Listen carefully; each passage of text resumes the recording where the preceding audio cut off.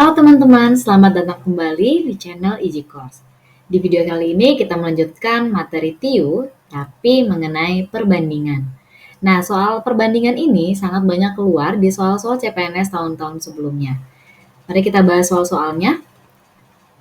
Oke, nah saya akan memberikan materi singkat terlebih dahulu sebelum kita membahas soal-soal terkait perbandingan ini. Nah, jadi mengenai perbandingan itu ada yang disebut sebagai perbandingan yang senilai dan perbandingan yang berbalik nilai.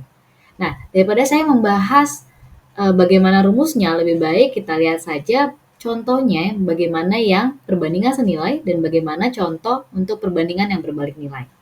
Nah, di sini untuk perbandingan yang senilai, contohnya, jika membuat satu rumah butuh 20 pekerja, maka jika membuat 5 rumah butuh berapa pekerja? Nah, logikanya seperti ini teman-teman. Kalau misalkan objek yang ingin kita kerjakan semakin banyak, tentu kita membutuhkan orang untuk mengerjakannya semakin banyak jika ingin dikerjakan dalam jangka waktu yang sama. Seperti itu. Nah, itulah yang disebut sebagai senilai. Semakin banyak objeknya, semakin subjek yang dibutuhkan. Atau kebalikannya, semakin banyak subjeknya, maka semakin banyak juga objek yang dikerjakan. Nah, seperti itu. Contohnya di sini adalah jika membuat satu rumah, oke, kalau saya tuliskan, satu rumah butuh 20 pekerja. Maka jika 5 rumah, nah ini kan senilai, maksudnya seperti ini teman-teman. Dari 1 ke 5, ini kan berarti dikali 5, ya kan? Nah karena ini senilai, maka ini juga akan dikali 5, sehingga 20 kali 5, 100 pekerja. Nah, hanya sederhana itu. Oke, nah bagaimana dengan contoh yang berbalik nilai? Oke, di sini jika membuat satu rumah butuh 20 pekerja menyelesaikannya dalam waktu 2 hari, maka jika pekerjanya 50 orang, maka rumah itu akan selesai dalam berapa hari? Nah, jadi mereka mengerjakan objek yang sama yaitu hanya satu rumah. Tetapi kalau misalkan 20 pekerja, oke, ini dapat selesai dalam jangka waktu 2 hari, maka kalau 50 pekerja tentu waktunya itu akan semakin sedikit, ya kan? Bertambahnya pekerja akan mengakibatkan waktunya semakin sedikit atau bertambahnya pekerja akan memberikan waktu yang lebih cepat. Nah, itu artinya berbalik nilai. Nah, jadi seperti ini. Kalau misalkan ditanya berapa hari, maka kita lihat dulu. 20 ke 50 itu pengalinya adalah ini dikali 50 per 20. Benar nggak teman-teman? Jadi kan kalau 20 kita kalikan dengan 50 per 20, ini kita coret, maka hasilnya adalah 50. Nah ini benar. Nah 20 dikali 50 per 20, maka hasilnya 50. Nah kalau berbalik nilai, angka yang ini tadi, kita balikkan. Ini berarti jadi dikali 20 per 50. Sehingga menjadi 2 kali 20 per 50. Ini kita coret, berarti jadi 4 per 5 hari. Atau sama dengan 0,8 hari. Atau kalau misalkan ingin diubah ke dalam jam, tinggal dihitung saja ya, 0,8 hari itu berapa jam. Nah, seperti itu teman-teman, contoh dari perbandingan yang senilai dengan perbandingan yang berbalik nilai. Itu hanya pengalinya saja. Nah, kalau di sini untuk yang senilai pengalinya sama-sama dikali 5, kalau ini tinggal kita balikkan. Oke, mari kita lihat contoh yang pertama.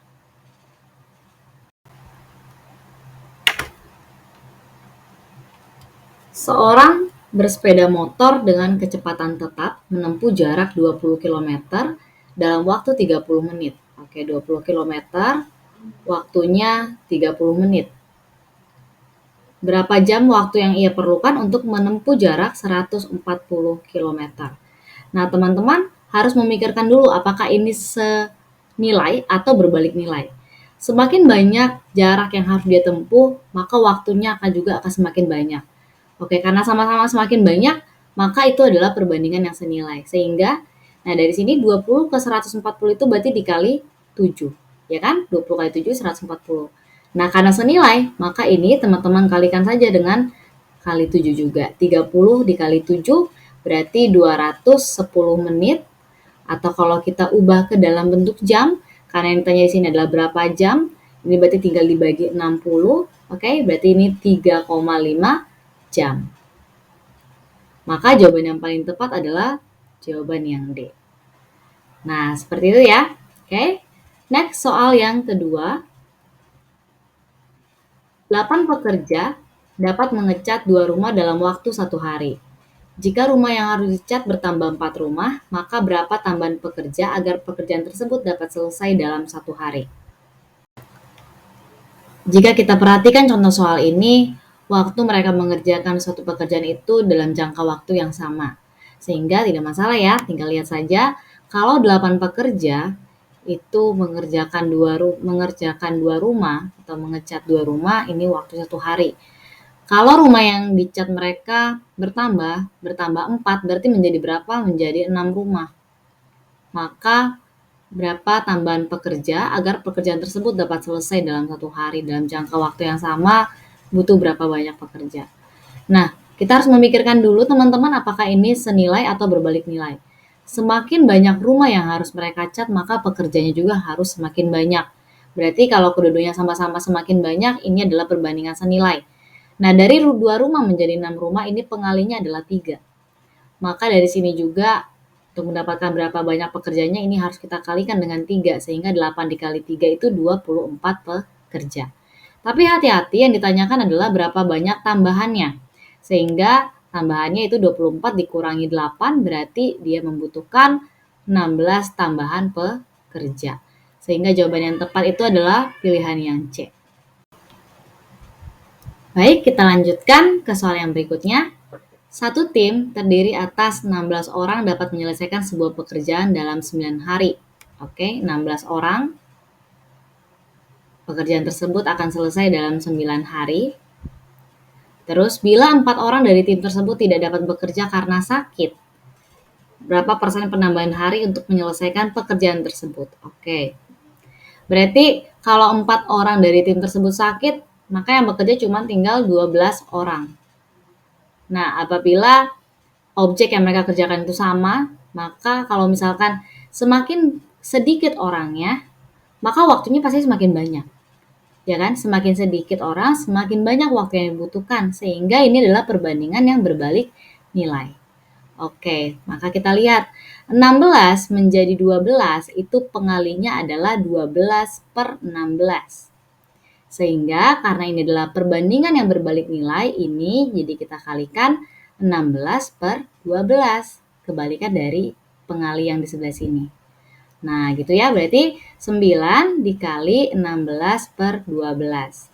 Oke, 9 dengan 12 sama-sama kita bagi 3. Berarti ini 3, ini 4. 6. Berarti ini sama dengan 3 dikali 16 dibagi 4 adalah 4. Berarti jadi 12 hari. Maka 12 orang akan menyelesaikan pekerjaan tersebut dalam jangka waktu 12 hari. Yang ditanya adalah berapa persen penambahan harinya. Oke, berapa persen penambahan harinya? Nah, teman-teman, dari 9 ke 12 itu kan bertambah 3. Nah, sehingga 3 itu berapa persen dari 9? Begitu pertanyaannya maksudnya ya. Berarti 3 per 9 dikali 100%, maka ini adalah sepertiganya 100, yaitu 33,333%. Maka jawaban yang paling tepat adalah pilihan yang C lagi ya. Oke, mari kita lanjut ke contoh soal yang berikutnya. Nah, di sini ada soal perbandingan, akan tetapi ada kaitannya dengan rumus-rumus untuk geometri ya. 2 buah kubus memiliki perbandingan volume 8:27. Oke, berarti kita harus tahu volume kubus itu teman-teman rumusnya adalah sisi pangkat 3. Sehingga kalau misalkan kita bandingkan volume kubus 1 dengan volume kubus 2, di sini hasilnya adalah 8:27. Ya kan? Di sini angkanya adalah 8:27. Maka kalau kita mencari perbandingan sisi kubus yang pertama dengan sisi kubus yang kedua, maka ini harus akar pangkat 3 dari masing-masing volumenya.